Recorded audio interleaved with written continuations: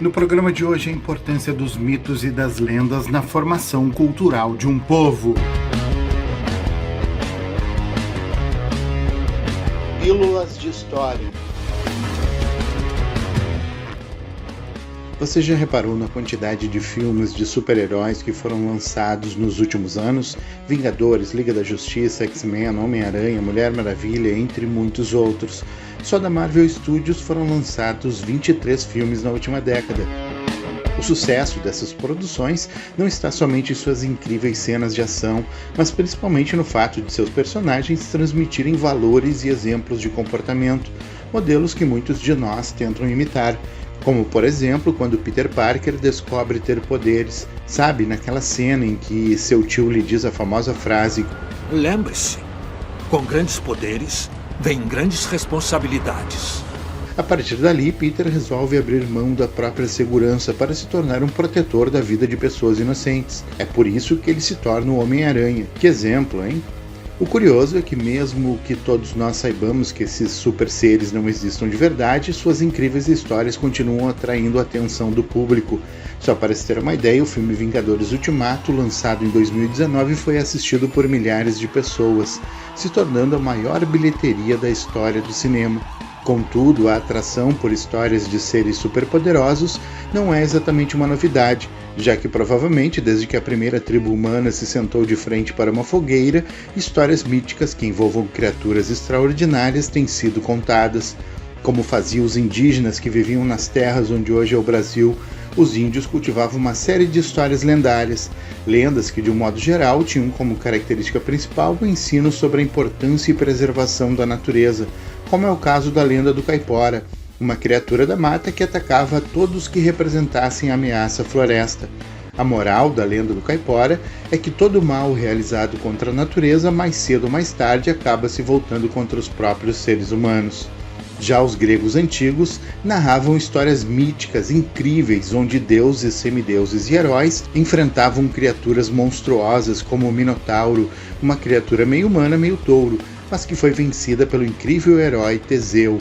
Por sua vez, quando desembarcaram pela primeira vez na América, os navegadores portugueses também trouxeram com eles a religião cristã, assim como toda uma tradição envolvendo a vida e a obra de centenas de santos católicos, histórias lendárias, porém revestidas de santidade, que passaram a habitar o nosso imaginário, como o caso de São Jorge e o Dragão, que até hoje alimenta a imaginação e a fé tanto de católicos como de adeptos de cultos com matriz africana.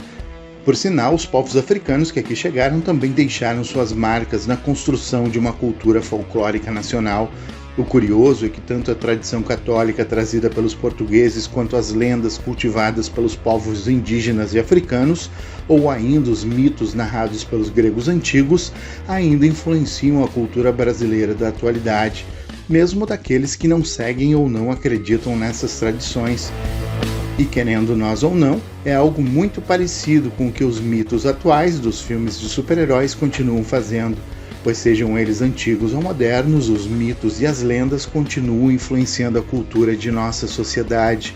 Entendido isso, agora precisamos estabelecer as diferenças entre o que é um mito e o que é uma lenda.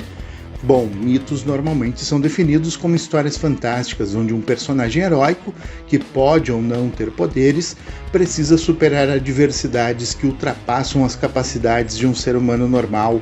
Por exemplo, na mitologia grega, o personagem Perseu precisa vencer uma criatura assustadora chamada Medusa.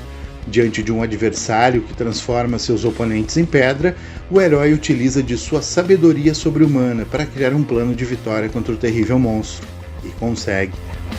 Já as lendas podem ser definidas como narrativas fantásticas que combinam fatos reais com eventos fantasiosos sobre uma determinada sociedade. A cultura brasileira está repleta de histórias lendárias. A lenda do Curupira, por exemplo, narra a história de um menino de cabelos vermelhos cuja principal característica era ter os pés virados para trás. Segundo a lenda, Curupira era o protetor das florestas brasileiras. Sua lenda servia para alertar sobre os perigos e consequências do desmatamento da mata nativa. Resumidamente, podemos afirmar que a diferença entre os dois é que enquanto os mitos são caracterizados por personagens fantásticos que são capazes de realizar feitos que ultrapassam as capacidades humanas, como ter superpoderes, as lendas se caracterizam por serem histórias de eventos que foram modificados pela imaginação humana, mas que partem de um evento ou de uma situação real. É por tudo isso que, sejam elas mitos ou lendas, as histórias fantásticas são e provavelmente sempre serão importantes instrumentos de preservação cultural dos povos que as originaram.